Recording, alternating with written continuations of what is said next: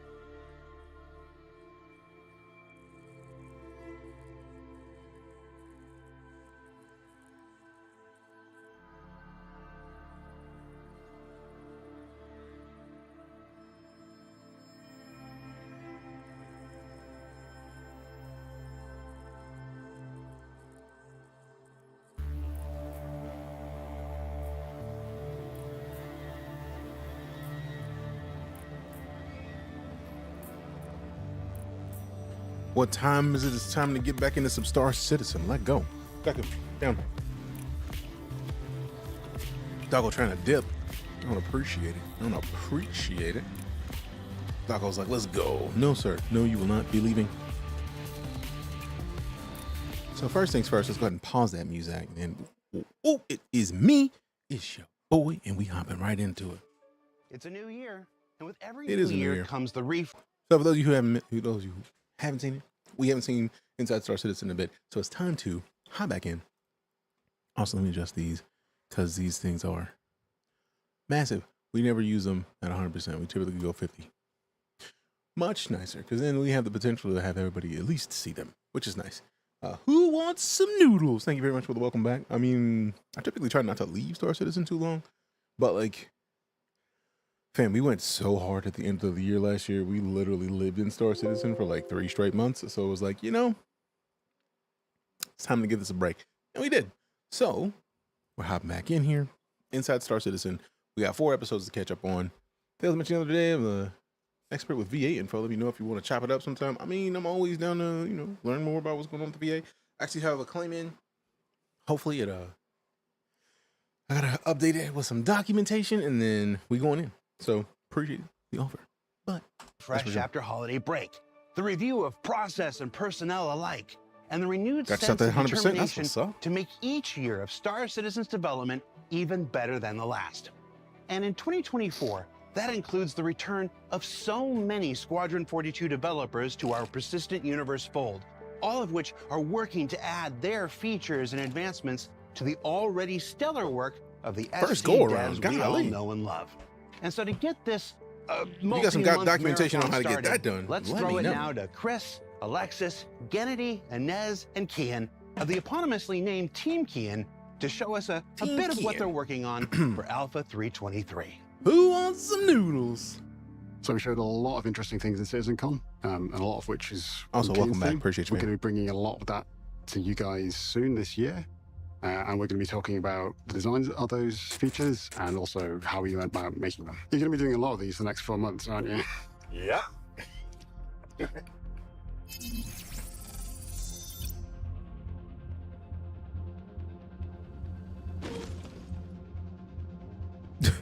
The old EVA system had its purpose, but it had a lot of problems. So the old EVA was not quite controllable. The entry and exit into EVA not being very smooth, a lot of face planting. Jeez. Yeah, that's pretty much how it worked. Orientation was a problem. You never really knew which kind of way your body was in. The upright pose was a little bit awkward for traversing spaces as well. You couldn't really fit into narrow spaces, and it was a bit restrictive for transitioning around space stations and things like that, especially interior spaces. In addition to that, the sort of volume you take in order to rotate and look around is huge. It's basically rotating your body every time you just, look to the right, look up, etc. That doesn't look terrible, but it doesn't look great, and it doesn't feel wonderful if you're in a confined space, because again, you're clipping against everything. Just don't really think it fit with what we want to do in our game. It's not a bad system. It got us to where we are today. Ooh, but we want to make improvements, and there are other features and systems. Pause. Out of full screen for a second. Over to this, and then do that. There we go. Update the proper likeness and whatnot. All right, we're back. Systems that we need to tie into EVA, which brings us to what's coming this year. So there's multiple aspects of the new VA system that makes it a lot more versatile. The first is that when you start looking around, it's your camera and your head that's moving. Your body, most of the time, doesn't. So if I'm heading in a certain direction and I want to see what's behind me, I can just look behind me, but I see my body. I get that instant frame of reference as to where I am. Okay, hold on, I missed this part. Makes it EVA, which brings us to we want to make improvements, and there are other features and systems that we need to tie into EVA, which brings us to what's coming this year. So there's multiple aspects of the new EVA system that makes it a lot more versatile. The first is that when you start looking around, hey, what up, Dan? Good to see you, your head that's moving. Your body, most of the time, doesn't. So if I'm heading in a certain direction and I want to see what's behind me, I can just look behind me, but I see my body. I get that instant frame of reference as to where I am, where my body is, and it just grounds the experience. So with the new system, we put the player into a more prone pose, kind of a superhero pose. Makes them a much smaller silhouette when traversing around areas. Truth. Can you show us how the EVA works? Show us how the EVA works. So now EVA works like this. You move forward and you. That is beautiful. I Just can't fly. wait for it. I'm doing great, Dan. How about yourself? Now I get the reference of when people are doing When you the. rotate, you like, I was like, why is this a big deal? Of the character. That's why. That makes doesn't sense. start to change. So if I want to look around in this tight-knit space, I'm not suddenly spinning around and knocking all the things off the shelves. Oh, I'm just looking around, which means That looks like the Cobalt metrics mission we can too. support I'm for that feature jealous. suddenly become much more versatile Want. and get on an event rather than not being able to fit into a Want. room. It's also a lot prettier to watch someone who's got a weapon or just looking around, rotating around as they're doing so. From the outside, it looks better. From the player experience, it just really helps out. You know where you are and what you're doing. damn it! It's a new year, and with every new year comes the refresh app. A lot prettier to watch someone who's got a weapon or just looking around, rotating around as they're doing so. From the outside, it looks better. From the player experience, it just Oh, really it's time helps for a out. retwist. You know where you That are is and what you're beautiful. doing. We've smoothed out transitions entering and exiting EVA. Oh, So no more face planting unless you really, the really idea try. of hopping out and immediately dipping. in new EVA, you can just Jealous. press forward and you fly. If you release the button, you keep flying while you still can So you can drift rotate and when you're moving look now. around. Yeah, Will the we've allowed negativity it hold so me you down? Hey, I'm can sorry that turn there's on any the of it spot at without all. altering I your hope it, silhouette, goes away which quick. is quite nice for interior traversal again. Feels a lot more natural, a lot more responsive to the player. Yeah, we're going like this. That is a bomb-ass transition. Let's go. Well done. Great. The features we're going to be bringing out at some point later, soon. We've got zero-G traversal, and that's you attaching to a surface. In the previous system, again, because the character was upright the entire time, it just wouldn't have gelled well with that feature. You're effectively in prone, but attached to a surface, and you're moving along that surface or gliding along it as you sprint. Shine it. People in the dark That need to see just transitions positivity really to be a part of it. nicely True. from the pose we have for zero-G traversal to the EVA pose. It's almost exactly the same. It's also very similar to prone. So, for example, if you were in an event and all of a sudden the I'll gravity leave went a out, couple of you these could from my prolong loctician it in zero-G because traversal or I'm not move trying to around mess it up in my hair. EVA without changing what your body's doing, which just means Spider-Man in that space, it's basically. a far more seamless experience. There's much less chance of anything going wrong as a result of that as well. We've also I have so many locks that are introduced starting to the lock EVA together. fuel I gotta and get a retwist momentum. from a So professional. once you start traveling forwards in one direction, you'll keep going in that direction I love until that so much. you That press momentum. another input or the space brake to stop. This becomes especially important when we introduce EVA fuel. So you'll have a finite amount of fuel, and just that little boost could be enough just to get you back to the safety of the space station. That's going or to your change ship. so much. Sets us up nicely for zero-G push-pull, which comes further down the line. So in terms of what that means for user player and what you're going to be doing with this feature, it allows us to use EVA to get you guys going from your ship to Just another random ship, people from your floating ship out. to an abandoned space station. You can fly inside ships and space I stations love when they without use gravity now, like ships without fear and of bashing your head and your stations legs that off the we've face. seen a lot, but not a It lot really of makes it a recently. much Like that's more Kovalex. We've seen a smooth lot of and easy to Kovalex. use, Never had system. dreads. And honestly, at No, the not end the of day, struggle. I it's mean, just more I'm fun. still I enjoy only a few years flying into the in and journey, out so of test it's levels still new between for me. ships, etc. With the old system, it's a bit slow and lackluster. With this, I feel like I'm a superhero while I'm going around in space. So yeah, the new EVA feature. As you guys see it today, it's hopefully going to look even better once it gets into your hands. And yeah, we're really excited to see what you guys think of it. boom, boom, boom, boom, boom. All right, let's talk about pipe pits. Well, it was better when it was piss pit. It used to be piss pit. Yeah. What? Player interaction Pipe system. pits? Oh, so Dread looks So dope. let's They talk are. about the new pipe piss. Like I love having this. The ease of use of getting up and going places is beautiful. So thank you very much for the compliment on.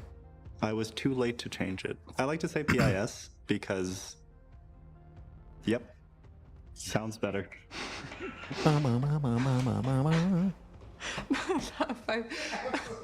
Try to avoid HR complaints. So the burning question is, what is PIS?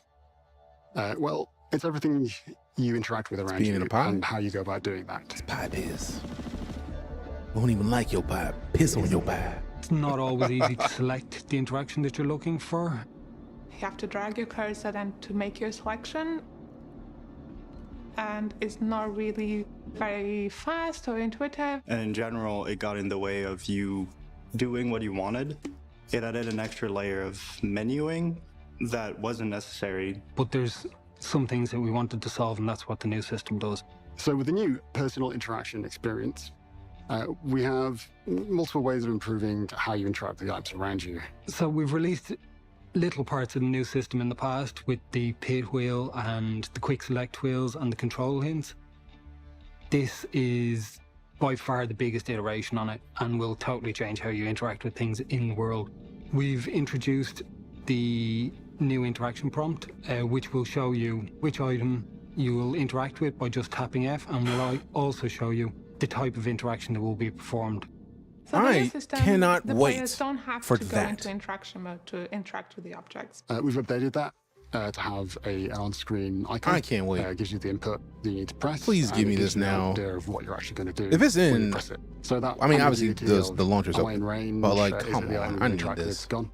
So You've bad. got an immediate bit of feedback that tells you what you're going to interact with, what you need to press to interact with it, and what you'll do when you interact with it. So if you're looking at a plushie on the desk, it'll show an F above it with grab, and you can just pick that item up with that.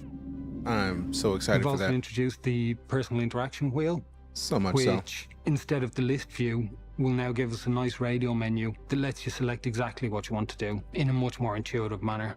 And with the wheel, it's much more seamless, and it feels more like there's no barrier between you and the interactions.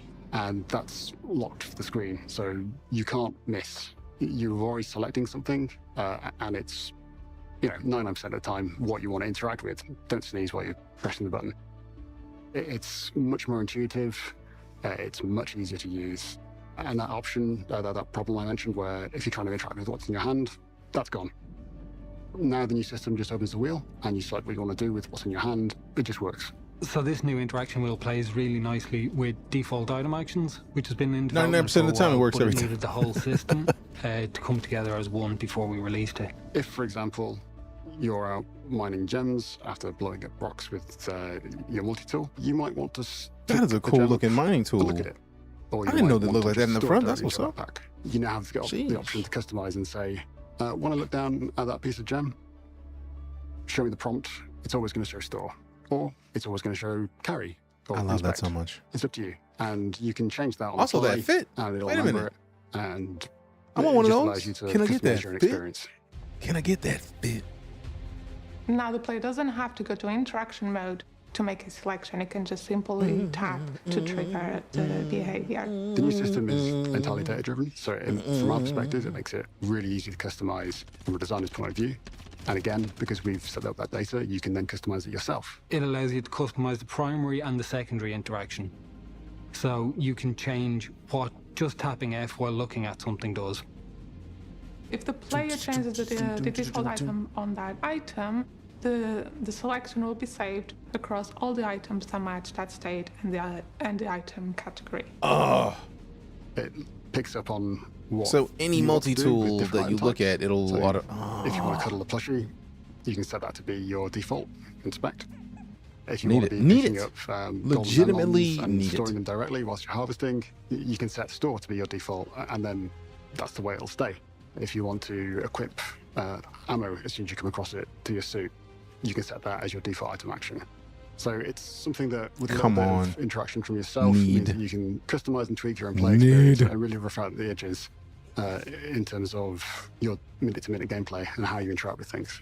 We've also introduced a new scoring system for interaction points that allows us to better select which interaction point is of interest to the player. What?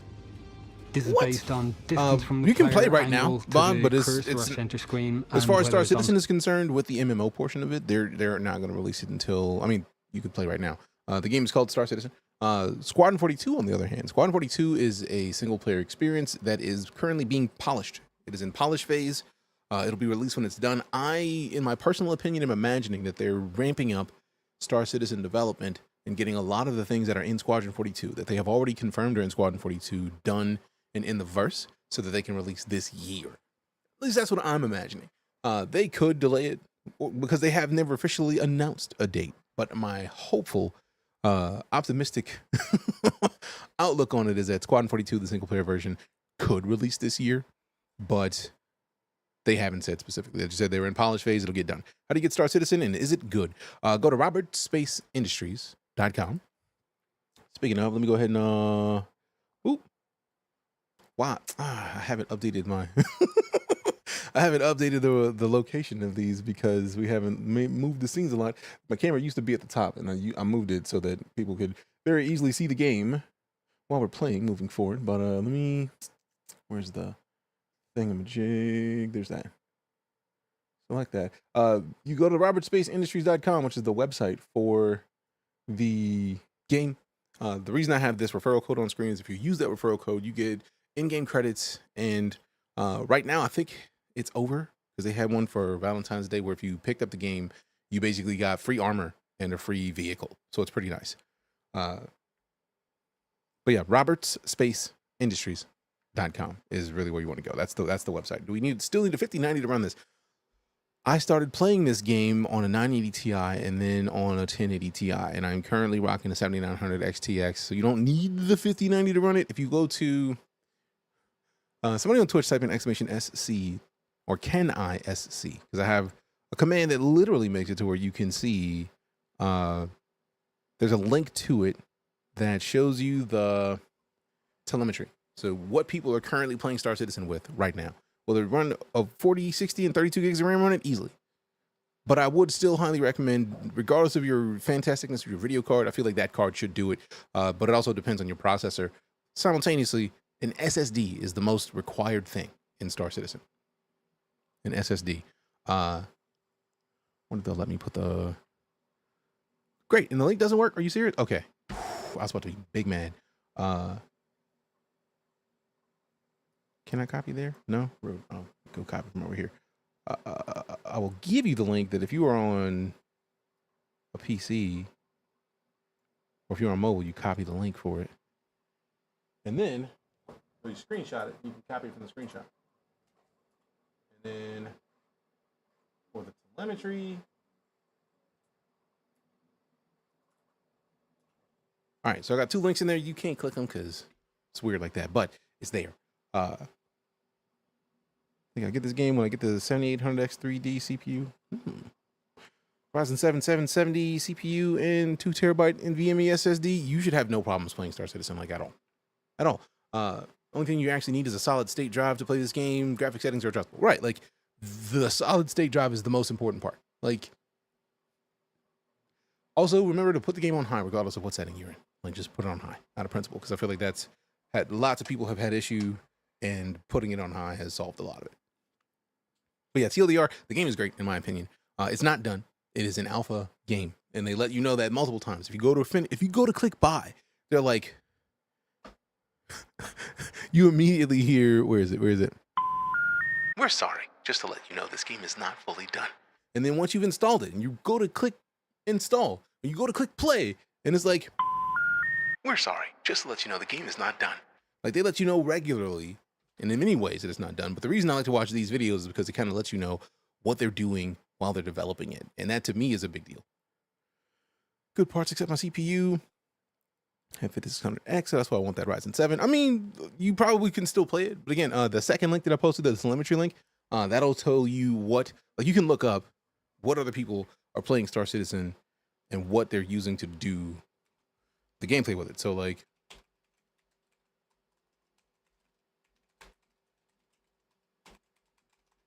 so let me show you what I'm talking about so that you can see it. Load, baby, load. my blocker blocking this? Go ahead and turn it. Oh, no blocking. Good, good, good. Why are you playing with me? You, yeah. Do the proper refresh. Quit playing. Quit playing. I think because I'm sitting here trying to show it off, they're just like, no. Which is rude. Rude. Looking at it before, and it's just people were saying you lose progress in vehicles you buy in a server you don't keep. To be fair, the game is not done. Like if I click launch game right now, if I move the launcher over, and I click launch game, it didn't give me the pop-up. You son of a Streamer. Hydrate. I drank all my water, so I'll drink this 0. But yeah, the servers are still not done because the game's not done. But they are constantly adding to the servers and updating the game, so that is a thing that I wouldn't worry too much about. But you don't lose a lot of progress often. The reason that they've been losing a lot of progress over time is that once they put major updates in the game, like for instance, when they added mining, where you can mine in a ship or on foot. That's the thing that just exists. But yes, you could mine on foot. But even when you did mine on foot, where is this? When they put the feature in initially, it just had a lot of things happening. Like a lot. That's what it is. So let me pop these. There it is. So because they're rebalancing out the credits on how much things were valued at, they reset a little bit. So that's the thing. Is this better than Starfield? I feel like Starfield is its own thing. Starfield is a single player game. They're going to have a single player game for this that is going to be different from Starfield, but I forced close you. How dare you? But yeah, I am a fan of all of them. Like Star Citizen, Queen or not. Starfield, I'm a fan of both. I've been a fan of Star Citizen longer. And I love the fact that Starfield is trying to do things to get more people into sci-fi games. So my personal preference would still probably be Star Citizen, but Star Citizen is also an MMO, so it's doing things very differently than Starfield does. If you like Bethesda stories, you're gonna like Starfield. That's just how I consider it. But let's resume. It also allows us to interact with things that aren't quite on screen. So if there's a trolley handle just below you, you'll be able to tap F and you should just grab it. This makes it a lot more intuitive. Something on the ground can have a different default. The only ship you're guaranteed is the ones you spend real money on. This is all set up and customized through the. Currently, you can spend real money to support the game and get ships because of it. The way that works is Kickstarter. It's basically still in Kickstarter. Since they're their own publisher and nobody else is backing the game, that's how they continue funding. So you can say, hey, I want to support the game by giving you more funds and you give me a ship for it. Cool. Just like in Kickstarter. If you go to Kickstarter right now, they'll have like a, hey, $2 just to say you want to support the project. Or however much the thing costs, they're going to give you a gross discount on compared to what it would be if you bought it in a store because it's Kickstarter. So once the game launches, I'm expecting that they're going to remove the option to buy ships. But at this point, the only reason that they're even doing it is because it's how they basically fund the game. They have 5 studios around the world. That's how they keep their developers employed and keep making the game, which they're making 2 games at once. So yeah, there's a lot to it. But for all intents and purposes, even if you get a ship that you've spent money on, people can still wipe you out with ships that they didn't, because you can buy ships in-game with in-game currency. I feel like the time limit on in-game ships being purchasable once they get released is like 3 months. So 3 months you can't get it in game yet, but that's only because it's still not launched yet. So there's a lot of little intricacies that go along with it that aren't, it's not just a situation of like, pay me and get better ship. So I wouldn't worry too much about that. Confirmed from past responses from RSI on launch, real money purchases will cease. I had that feeling, but I also don't want to, like, I don't know. I feel like somebody mentioned that they might have changed their opinions on it. So I don't know, but I feel like that's what I'm expecting. I feel like between Star Citizen and Squadron 42, that's how they're going to make their money moving forward. You buy copies of the game, and then you're good, because they're both going to be $60, $70 games. Run by hello before I head downtown. Appreciate you stopping in, Cypher. Hello. Let's see. I feel like it's better than Starfield. I played Starfield for 3 hours and was done. I have played Starfield for 80 plus, and I still enjoy it. I just don't play a lot of it because when I'm at this computer, it's typically stream time. And A lot of people don't necessarily want to see Starfield, which I'm excited for them to finish updating and releasing that first DLC. Once they release the DLC and they release the official mod tools, because I feel like the people that have been modding Starfield thus far have been doing so without the official tools for the new game. So once they get that, Starfield's going to go top tier in my opinion. Haven't even played this game and I think it's better already. I mean, for all intents and purposes, a lot of what Starfield does reminds me of this. This is one of the games that I feel like Bethesda used as inspiration to make Starfield. So it's a lot of cool stuff. Next set of patches, need this game to take over my life again? Oh, it will, because that's what it does. But let's resume this. Interaction wheel. And then obviously the player now doesn't have to like go into interaction mode, drag the cursor, make the selection. You can just when this goes in, it changes everything. I can't wait. I'm so excited for this update. Also appreciate the follow, Mercer. Guess I might have to give it another go, just people were disappointed by. That is one of the things that I try my best to avoid, Nebo, is when it comes down to a game. I don't want other people's opinions to stop me from enjoying a game. I feel like a lot of people were disappointed by the exploration in Starfield because they're used to games that everything is populated in a very massive fashion. Everything can't be a city. No matter where you live, if you go on a 4-hour drive, you're going to go between a very densely populated city area to a rural area that's like suburbs. You got decent houses and lawns, and then you're going to go to places that's just farmland or just land that haven't been set up like that. That's all Starfield is. But because it's hundreds of planets that are fully in existence, they procedurally generate a lot. And I feel like that's the thing that people got upset with. They expected that you could land on a planet and explore the whole thing, possibly because of games like Star Citizen, because in Star Citizen, you can. But the problem is, with it being a single player game, they didn't need to develop and you know how long it would take to populate 100 planets with buildings and locations and random things to pop up. It would take a stupid amount of time. So they use procedural generation to generate a lot of that, which makes life so much easier for everyone involved because they don't need to populate a whole planet of stuff. Doing that for one planet would be a lot, but hundreds? Nah. Even if 100 plus, nah. It takes too long. So let's see. You know, like that awkward, lifeless NPC dialogue, I actually didn't find it to be lifeless. I mean, I'm a big fan of Bethesda RPG styles, so for me, Bethesda RPGs work. I know a lot of people were upset by the amount of conversations you had with NPCs, but in my opinion, that's literally the point of Bethesda games. Like, you get in the conversations with NPCs. That's just how it works. And then there's going to be like half books that you find randomly littered throughout the area and a bunch of stuff to read if you want to. But all of that is just a lot. So for me, Starfield felt great. I love it. And then building the ships, come on, let's go. I feel like a lot of people miss not Starfield,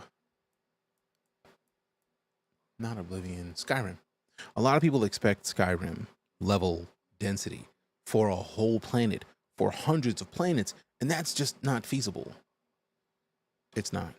And since they don't have multiplayer, they don't need to have all of that loaded at once. Like, it's too much. But let's digress, because we could have this conversation all day. It'll feel like it has always belonged. You won't do that for many things I really enjoy. Live without it, really. You have to ignore what other people want in their games, because the more you listen to other people, the more you drown out what you think. Which is why I'm a firm believer in, like, let the game speak for itself. I don't read reviews. I don't like to get people's opinions on games, especially games that I haven't even released yet. Because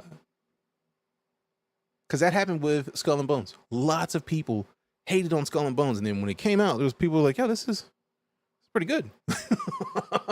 So I don't pay attention to other people's anger or what they want in games, because you have to let the game tell you what it is.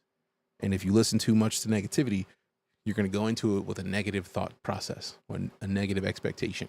And what do you get when you go into things looking for negativity? Exactly what you wanted. It has always belonged.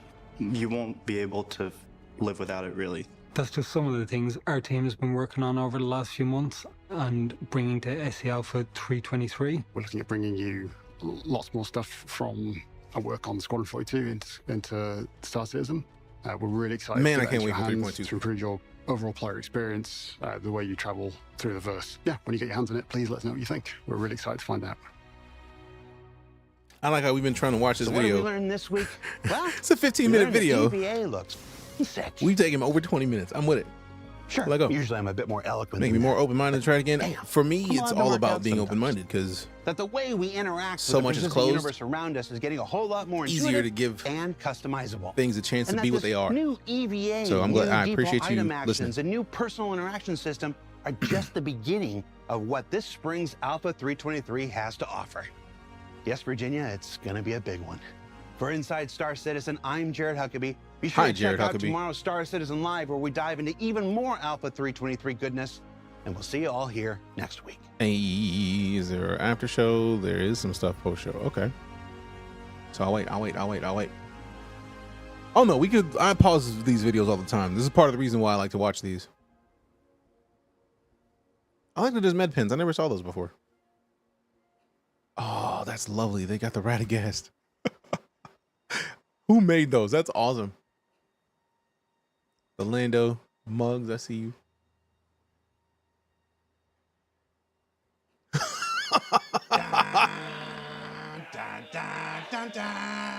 What on earth? Avengers.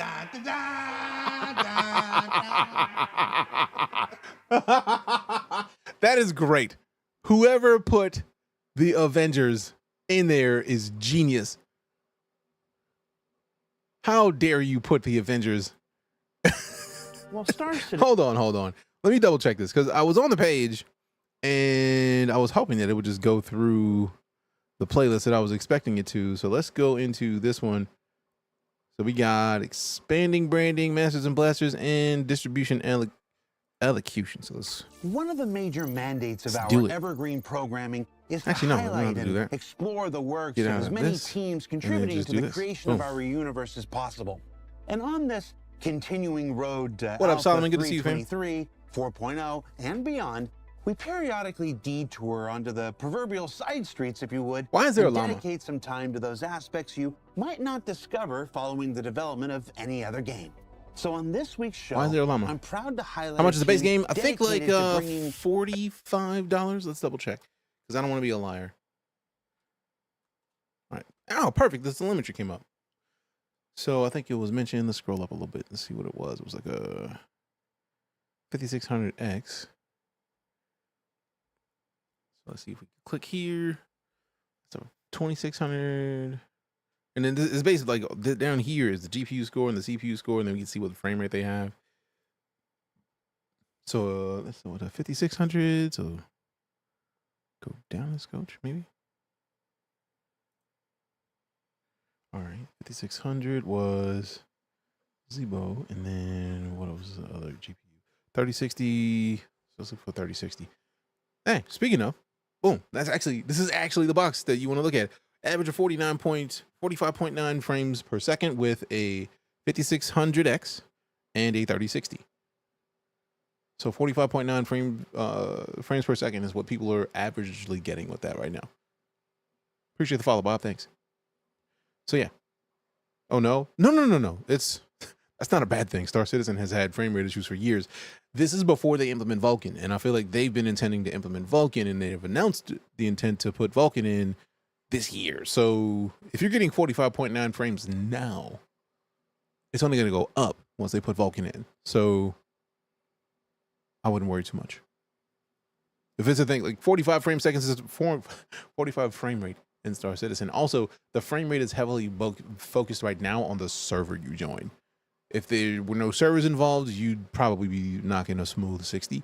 But with the servers, and they're doing work currently to update the servers, so I wouldn't worry too much. Once I upgrade it, it'll only get better. Exactly. So like 45.9 now without them implementing Vulkan and without implementing their server update stuff that they're intending to put in. So like that's, I imagine you're going to be in a much better shape frame rate wise than you may expect currently. So let's get back into this. Oh, wait, I literally only went there so that I could look at the purchase price of the game. right now. Close that. Am I logged in? Rude. Let me go ahead and hide my screen just in case, because I don't know if it want to put stuff on screen I got to put on, and it's like, do some stuff. It's like, no, I'm not in the mood to do some stuff. All right, cool. Done. That's quick. But Pledge Store. This is the only real thing that you need to be worried about. The first 2 packages here. $52 for a 100i Red Festival starter pack, which is 100i is like I feel like a single seater, but it's a pretty solid starter ship. The Aurora MR is also a starter ship, so you can go $45 and get in right now. And if you get good in game and you get more credits, like you do mining or something, you will make credits and then be able to buy other ships in game. So I wouldn't worry too much about any of that. Also, if you use my referral code, if they still have that ship available right now for the Red Festival, that means that the referrals bonuses are still in. So let's double check the main page and see if it is still, because if it is, then you get goodies for using my referral code that is currently on the screen. Yeah, it is. Lunar year 2024. Stop swaying me to buy this. I got school and work to focus on. And about 45 story games I've started. I mean, I know the feel. Ooh. So yeah, February 8th through 26th. So we got until next week. If you use this referral code, you get this. This is the Drake Dragonfly. This is a rideable secondary vehicle. And because it's full screen, you can't see it. But then this red armor, which is bomb armor, I'm a fan. So $45 using this code, and you get goodies. Who don't like goodies? I like goodies. I get the feeling you also like goodies. So yeah, why wait? Why wait? So you get those, and then they got custom paint jobs. Arena Commander Takeover. Ooh, wait a minute. I don't think I've done this. I want a Red Festival Challenge coin. Kill Collector. Okay, so yeah, we're gonna have to do some of that. Yeah. Oh yeah, so we won't even have to look into too many of the prices. $45 is all you need. Because I know, again, I mentioned it earlier, there's a Kickstarter, so like you can do more than the base if you want to continue to support the dev team. But if you only got $45, you don't need to spend any more. Even Chris Roberts, the dude who makes the game, who leads the whole team, the CEO of Robert Space Industries, has gone on record saying you only ever need to spend $45 on this game. This is Minecraft. This is not Minecraft. This is Barbie Horse Adventures. Get it right. While Star Citizen aims to offer a first-person universe of possibilities, at the center of it has always been you and your spaceship. And over the years of development, testing, feedback, and iteration, there have been many changes to the combat and traversal experience. Also, before I say anything else, Nebo, you don't have to buy the game today. If you make your account using my code, like go to the website, create an account using the code that I put in the chat, and you will basically already, when you decide to purchase the game, if you decide to purchase the game, you will still get the bonus credits. So you get the armor and then the ship now, but you would still get the bonus credits, and I would still get a number next to my name. If you're curious as to why I care about the numbers next to my name, I will show you the referral page, because as a streamer, people using my code, I get to get cool stuff for people using my code. And we are currently working on getting 2 new vehicles. Once we get to 500 referral points, we get a Anvil Terrapin, which is a very like armored hull exploration ship that does really good scans, and the Anvil Hurricane, which is a fighter which does disrespectful things, which makes me happy in and around my bodice. Also, I feel like since we haven't played, we're going to play next week. When we play next week, we're going to be giving away some stuff that Cloud Imperium gave me to give away during the festival. So yay to that. And in the upcoming Alpha 323, the biggest and most anticipated of those makes their presence known with the arrival of Master Modes. And with that comes additional changes. I can't wait for the Master Modes. Goodness targeting, gracious. weapon balance, gimbal use, and more. I feel like we still had 2 left. So Master Modes. Oh wait, I went to a whole different video. I was like, I thought we were already started that. So like, these are the 3 videos that we got coming up. Okay, cool. So let me go back to the first one. We'll talk to the Master Modes after we finish branding. Flourish, visual consistency, and contextual meaning to the various companies, factions, and societies of the persistent universe, the branding team from CIG Montreal. Hell yeah, let's go. Hell yeah. Hell yeah. All right, where to start?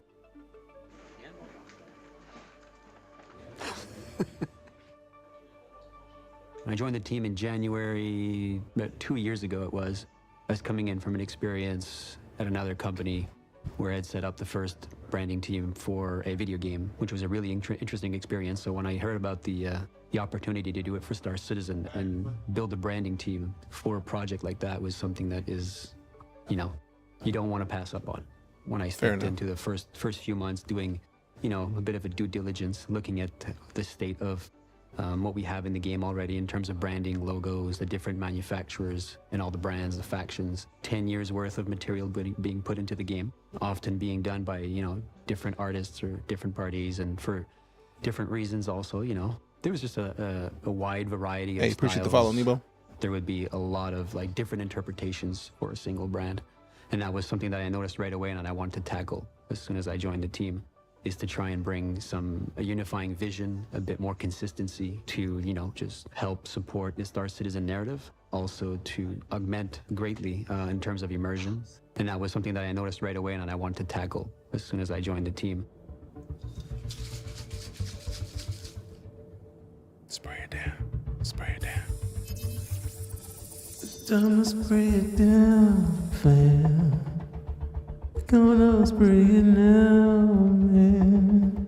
Expand your brand and spray it, man. Do it, in-game branding is not only about defining, like creating logos and nice posters and cute little signs. We get involved with character design. They're gonna redo New Deal, I'm sure of it. You know, creating the manufacturers for the ships. We touch marketing. We touch web. It's just such a wide range of different applications and topics that we go through. I think it's as important as any other parts of the game. It creates brand cohesion and a really good immersion for the player. If it comes to, yeah, obviously like brands and logos, you know, if it's a ship, you know, make it look real professional, like it's a, you know, like in real life, like a fancy car company or something like that, you know. Well, branding is an important part of the environment development. You know, developing the locations, I think it helps a lot with immersion. One of the things that we've tackled recently is some navigational signage for the landing zone. So, you know, putting up maps, putting up signage, different assets that we add to the game to help the player understand his environment, understand the gameplay, understand the locations, the story, the narrative. It adds a visual component to the narrative to create a more impactful story. So you have the brand, like the narrative that people know, but then with the visuals, we can add an extra layer to it. In Star Citizen, especially for the manufacturers, you know, everything revolves around ships, and the manufacturers are very important in their core to the gameplay and the identity of the game. And I noticed that, you know, a lot of these very important brands didn't have that unifying vision that we were looking for. That had to be a Fury. The way it was squeezing in there. So makes it Mirai easier to was understand. a new brand that we created, which was good branding is basically a performance division of MISC. So when you look at Mirai, we start off with brand and positioning. Also, how you doing today, Grizz? Appreciate you stopping the brand in. Bio, so a history Appreciate your of presence. the brand, basically. Thank you much. A little bit what they're about, a tagline. So this is where, you know, we're collaborating with The the future narrative of team performance to come up with these the information for this, and then that is the starting point. That's all part of the brand style guide. A style guide is for everyone to really get to understand the company, and you try to keep it simple, but you put all the elements you need, like the logos, the colors. You're allowed to use the. Fam, as someone with a background in design, just like 700 times. Goodness, that's a lot of likes, fam. Appreciate you. Got us over to 2K. Good looking out. Thank you much. Whew. But yeah, style, brand. There's nothing better than a brand book because it lets you know what you can and can't do with something. It's the best. Typography that goes with that company, even shapes. Every company has colors. If the primary color is blue, let's say, you can't go out and do like branding for that company or make it like red, you know? So we're all trying to like tie everything together to make sure everybody's on the same page. What's interesting about Drake is it was one of the first brands that I had to interact with when I joined the company. First thing I did was research a little bit about the brand and noticed that there was a lot of multiple versions and interpretations of the brand. That was the first one that we had to make a hard call on. I'm so mad that I don't have this shit. Like, how do we define it? I need the Kraken so bad. So Drake, we wanted to bring it in a little bit closer to the essence of the Damn, brand. give me some hype in the chat. Appreciate you, Nebo. Sheep, That's a lot of likes, fam. Good looking out. In the manufacturers. So it's always tried to get in with the big boys at Fleet Week, but it's never managed. Hence why they have their defense con. A little bit on the side. Appreciate you, Dietrich, showing the love for Nebo. Good looking out. Wanted to have that, not that evil vibe to it, but that, you know, the outcast vibe, a little bit rebellious. So the black and red was an obvious choice. And it's something that we had already in the game for Defense Con, and I thought that worked better than anything else that we had previously produced. Same thing. We're looking at Crusader. We This dude is the reason Crusaders got such the bomb logo. Come on, let's go. For Crusader. Let's go. If you visit Horizon, there's a showroom that they have there that's completely all black and white.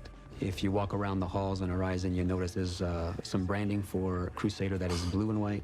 So we had, again, multiple interpretations of the same brand, and we wanted to unify that, bring it in a little bit more. So we started looking at the brand itself, what was interesting, what felt right with the essence that was, you know, put forward by narrative and in the lore, and also, you know, through the community. And we came up with the version of Crusader that we have now. So obviously touching these brands, you know, 10 years in on a project, there's a lot of history on the game. You know, meet some resistance, and, you know, you got to be careful and how far you go into updating the brands, even if it's for the better. It's always good to respect, you know, the work that's been done prior. But all in all, a very good experience so far, and I think we're making some good progress on a lot of these. In addition to making all the branding for you, for the players, we also make stuff for us. Working on tools as well. This one of the things that I noticed when I joined is we didn't have a proper channel to communicate to everyone freely and openly, and in a way that would, you know, encourage the devs and everybody on the different various teams to actually use these tools, these style guides, and these resources that we're creating for them. So we came up with the idea of creating a brand catalog. So the brand catalog is for in-house. So it's the documents that will be used for all the teams, where the whole of the information for all the manufacturer brands. The fact that they have a whole team that makes not only the internal branding, but also the official branding. For all the assets. Let's go. So everything will become super cohesive for in-house, and also when everything comes out in game and in marketing, everything will have the same, all the manufacturer brands will have the same look and feel. So we starting it off with the manufacturers, obviously they are front and center, but it will grow into, you know, all the rest of the brands that we see in the universe.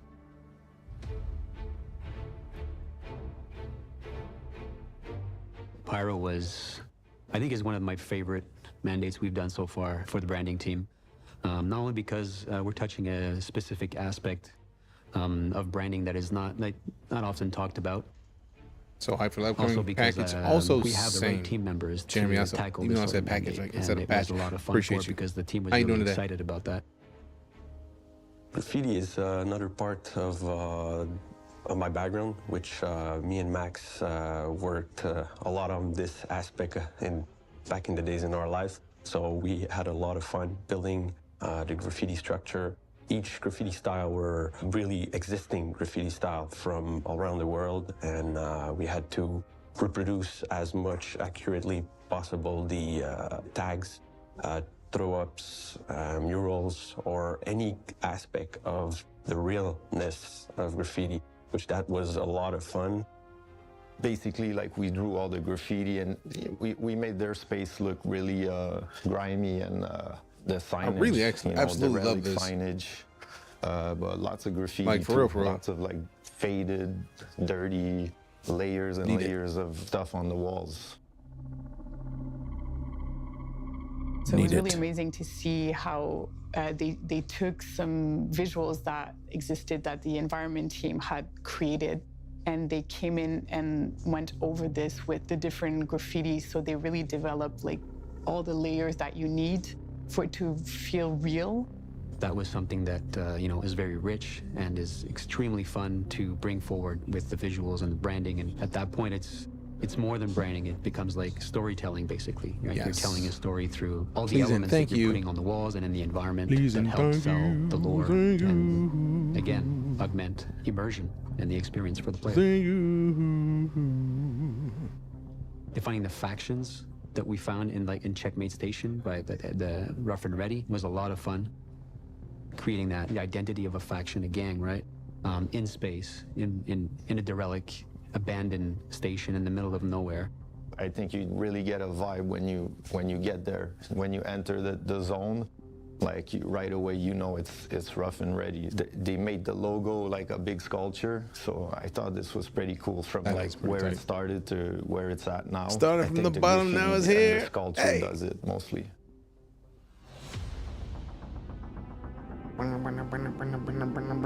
Had the opportunity to work with the character team to define a little bit of the tattoos. And of course he got to work on the tattoos. Let's go. For the type of faction we wanted this gang to look like. I started the brainstorm around tattoos, which were all bring a bit of violence and of contrast on parts of the skins of the character design. So we had specific references we had as targets and a special feel that we wanted to have for this gang, because there's not only one gang, there's multiple, and they all need to have, each their own unique identity. There's a part of me who always wanted to be a tattoo artist, but I think this kind of work is a work of art by itself. So yeah, for real. The character artist really that actually is some bomb tattoos. I feel like somebody in real life will probably get some of these tattoos, and it will not surprise me. Polishing was really the character artist who managed a great job. Well, to me, I think the branding side is often looked over, and I think we're building a team here to put an emphasis on the branding side. Every little things, the little graffiti and the logos and the signage. I love the fact that they even put logos on the ground. I think we're trying to push it a little further. Let's go. It's all about making one step closer to the real world, which we're surrounded every day by branding and either textures, typography, everything. I think we're the cherry on top of the sundae. I think that branding makes the whole game feel more real.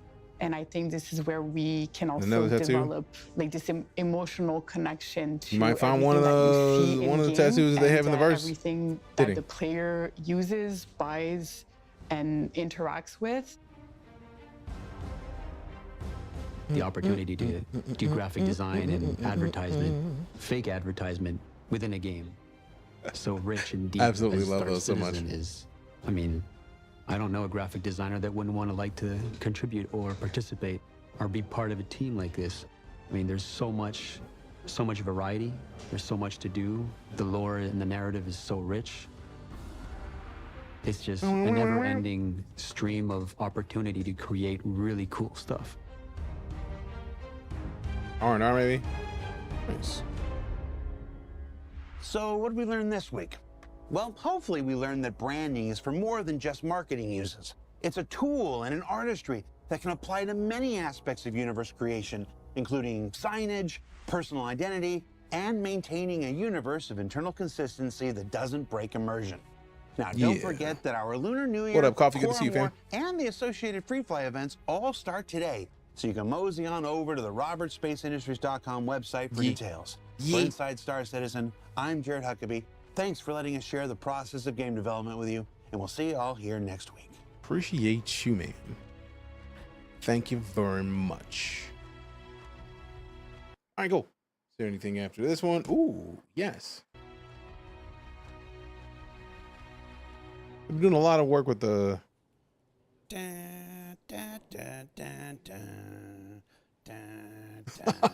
Picozilla. That is great.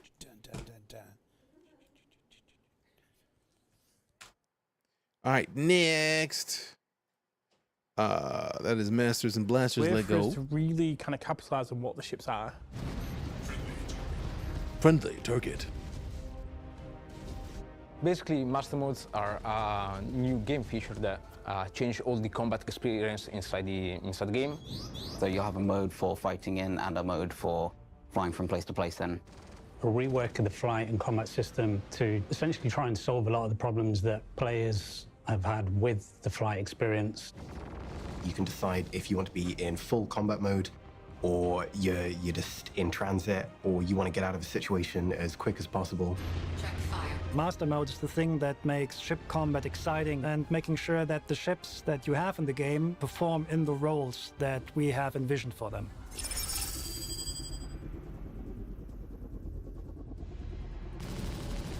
Lego.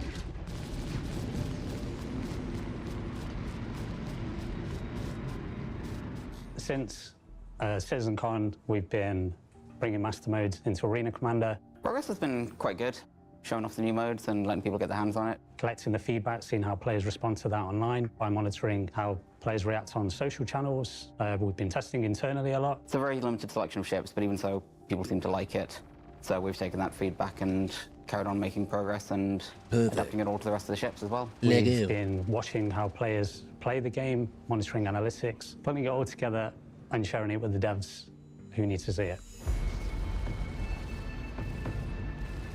How the hell do you go about converting 200 ships to vehicles? Unfortunately, there's only really one way to do it, and that's to not get too intimidated by the number. A team effort. We're just cracking through it, really. The difficult part, of course, especially as a designer, is try to understand the new game dynamics that the game system creates, especially in an environment like the PU, and then try to being able to deliver the proper game experience for every ship with a different tuning. And that's quite difficult, but that's also what is really interesting about bringing up a new feature. So we're moving each individual ship into an archetype, and we're going to rebalance that ship to the archetype as a starting point. And then basically, once that's complete, we're going to add the individuality into each ship. Each ship has been given a full refresh, and we've looked at every ship in the game, assigned them a base archetype so that you know what you're getting into from the get-go. Yeah. Yeah. All ships, based on how big they are and what kind of purpose they serve, will get an archetype assigned to them. A typical archetype is a snub fighter. Very, very small, very agile, but it cannot dish out a lot of damage, and it can also not receive a lot of damage before it pops. Light fighter. Very maneuverable, decent weapon loadout, and it's basically there for agility engagements. Medium fighter. Pretty agile for its size, but it has a lot more offensive firepower. Target destroyed. Heavy fighter. They don't maneuver well, but when you happen to be at the front of them, you can die very, very fast. Now, these are basic tuning archetypes that we have for our fighter ships class, and all ships in that size will be assigned to one of these things. However, based on the ship and what the purpose of the ship is, we have variations of that. For example, we have the interceptor variant of these tunings. This is a tuning variation that can apply to any of these archetypes. An interceptor tuning for a ship means that this ship exchanges the agility.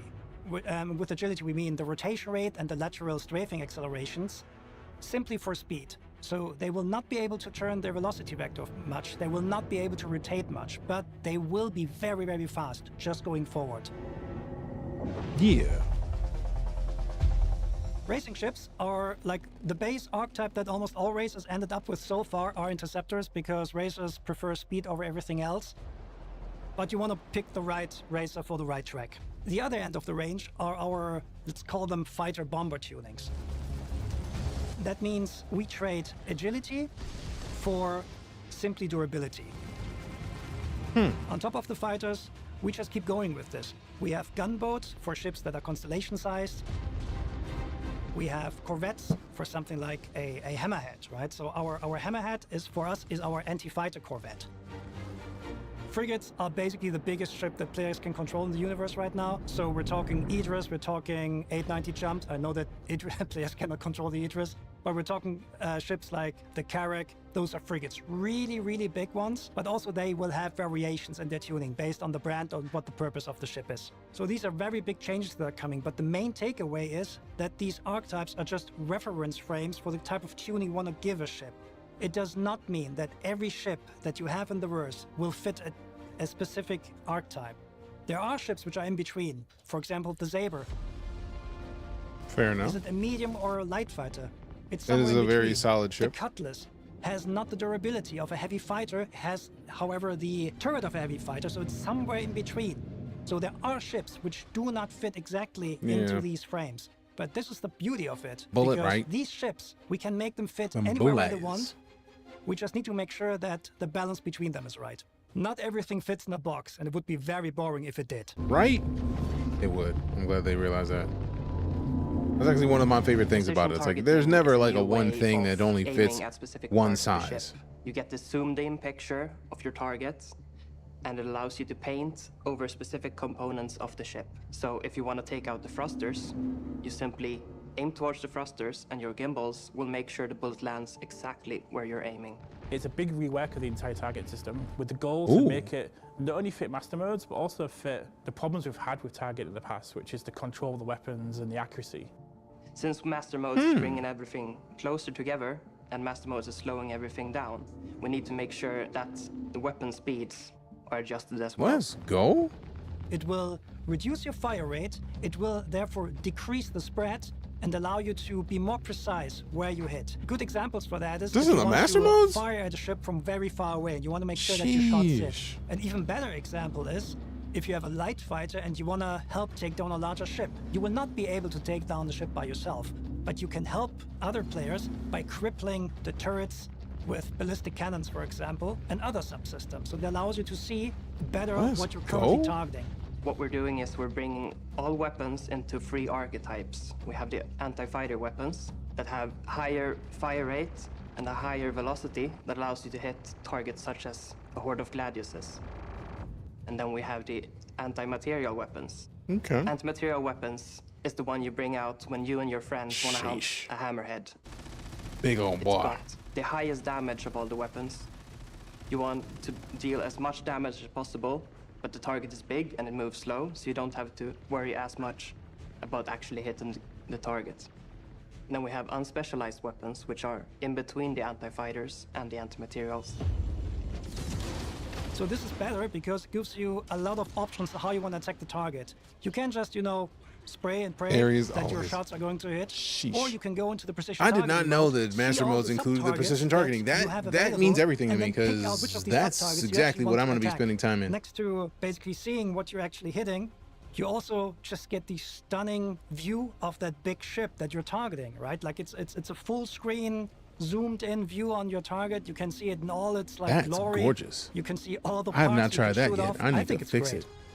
We've been really Because happy with the yes. results so far. We've seen a massive Let's. difference in the way combat works and what the players are actually doing within combat, and that's been really good to see. There's still some small things we're working on right now to kind of solve, but we're really happy, you know, we're kind of most of the way there at the moment.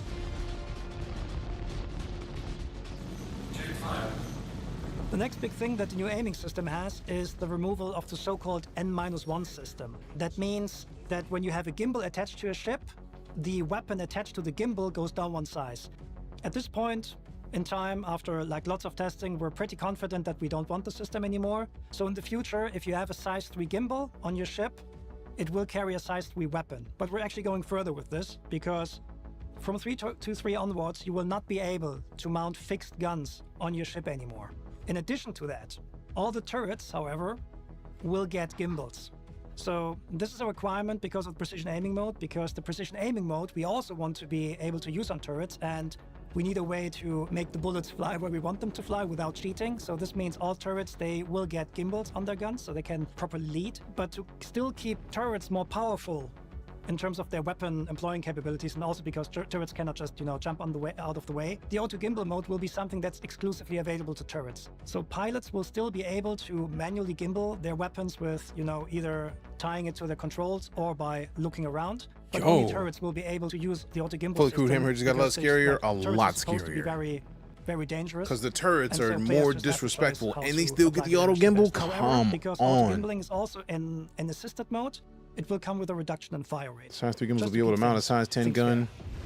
What? So the feedback, it has been going People pretty are well. gonna Been really melt happy with things. working with the community who's It's been gonna be playing this great. to kind of fine-tune it and make the changes needed, and we have made a lot of changes based on People this are gonna feedback. melt. Most of the feedback that we've been getting has been pretty positive around Squadron Battle, where there's some pretty good group combat dynamics players are reporting positively on. There's some really cool gameplay emerging, such as how players evade now is quite different. You have to drop chaff, break your target lock, break away, like find your opportunity to break away from your pursuing ship. What we can see at the moment is that players are very happy with squadron battles. Players are not very happy with the 1v1, so this is more an area where we have to improve. Of course, there are some very detailed feedbacks about some tuning choices, how we should make some type of archetypes better rather than not. But in general, it's going to be mostly appreciated. The players are really enjoying the different roles that we've got. The interceptors. What up, LJ? Good to see you, fam. How you been? There's been some pretty good feedback around the Buccaneer. We've probably still got a little bit of work to do around the Lightfire class and 1v1s, but other than that, All right, cool. We only got 4 more minutes left. Cool, cool, cool. It means you can stay closer. Sheesh, you man. are Sheesh. much more in control of staying in a closer Sheesh, formation man. Sheesh. with other people that you're playing with. When we do our regular play tests, we can actually fly in our own version of a formation, and we can track targets without being several kilometers off each other. That's your version of a formation. Our version of a formation is generally, if we can see each other still and we're not accidentally shooting each other, I'd consider that a good formation. I'm not sure that's the textbook definition of formation. I can see you and not crash into you. That's not a formation, Josh. It's a win if at least 2 of the 4 of us manage to make it. Confirming the Vanguard and the Ares specific guns are still fixed. Of course, because they're Ares. Like, they're built into the ship. Like, there's no way that they have enough, like, anything to be able to gimbal those. Like, that's just not going to work. The footage of players dogfighting not gonna in work. a minute, you can really see how close all of those ships are, and it just feels so. Because also, much more that would just be cinematic. disrespectful. It's Because really that's about the foundation of the Ares is the literally whole just a flight gun with experience moving wings. forward. Because I fully understand that this isn't anything that a gives game that thing just about combat. We more want to communicate beneficial that aim. Players who want to do combat, they'll go No. to the master mode for combat. No. But if you want to go from A to B, No. you've now got a mode where you can do that without being harassed as much. So that's going to be a big plus for the game. It's leveling the playing field a little bit more now. As we slowly breathe more life into each one of these ships, you're going to know this ship like the back of your hand. People seem to like how much more frantic and intimate all the fights are in the Arena Commander testing that we've done so far. And I'm looking forward to It's got hearing. the PC a few days ago. Nice. Glad to hear that, LJ. Congrats, Not man. everything that Congrats on the new PC. Hell yeah. in the master mode, AC mode. It's there's a lot more stuff coming, especially to weapon treatment, how we use capacitors, etc. But overall, based on the feedback that we got so far and also from the increasing player numbers, we're pretty confident that we're on the right track. So master modes and the gunnery system and the whole combat experience is a huge undertaking for us, and we cannot do it without you. So we want you to play it. We need your feedback. Be honest, tell us what you don't like. Please also tell us what you like, so we can make all this space combat game great together. So what we learned Also, I this love week, seeing the, well, we learned that with master modes C1 in comes there. a rebalancing of ship performance into dedicated archetypes. And it loves That telling these you archetypes are they don't simply like- where tuning starts, know, where they're- and will true. be grown from to ensure that each Internet's ship and good for that. vehicle provides a unique experience great for going that, forward. actually. And that precision targeting, weapon gimbal, and balance changes all gimbal. combine with master modes to provide a more involved, visceral gimbal. combat experience for pilots when they arrive in the Gimbal. upcoming Alpha 323. Gimbal. We're inside Star Citizen. I'm Jared Huckabee. Thanks for letting us share the process of game development with you, and we'll see you all here next week. Looking forward to it, man. Be well, good sir. All right, fam. We're going to come back next week because it is just after 6 o'clock, which means it is time for us to slide for the evening. I would love to stick around and watch this last one, but we got stuff to do at home. Also, it's dinner time, and dinner has been here since when I started. I started this stream and dinner was here. So, like, you're welcome. Like, I want to eat food. It looks great. I know it tastes good. Like, oh my goodness. But as always, if you are enjoying yourself and you haven't hit that follow button, go and hit the follow. You know you want to. It'd be a pleasure to see you in a future broadcast.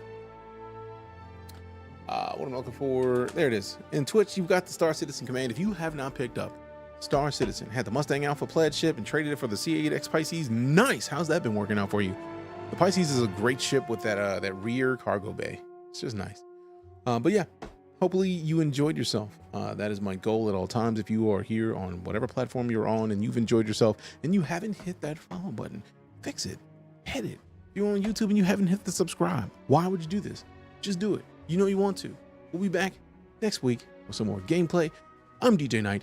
I greatly appreciate you. I don't even have to, I can't wait to rate somebody because like I really have to go. See you next time. I look forward to it, LJ. Hey, y'all be excellent. Be great to one another. I'm DeejayKnight, full-time space and sci-fi streamer. We'll see you soon. I'm out.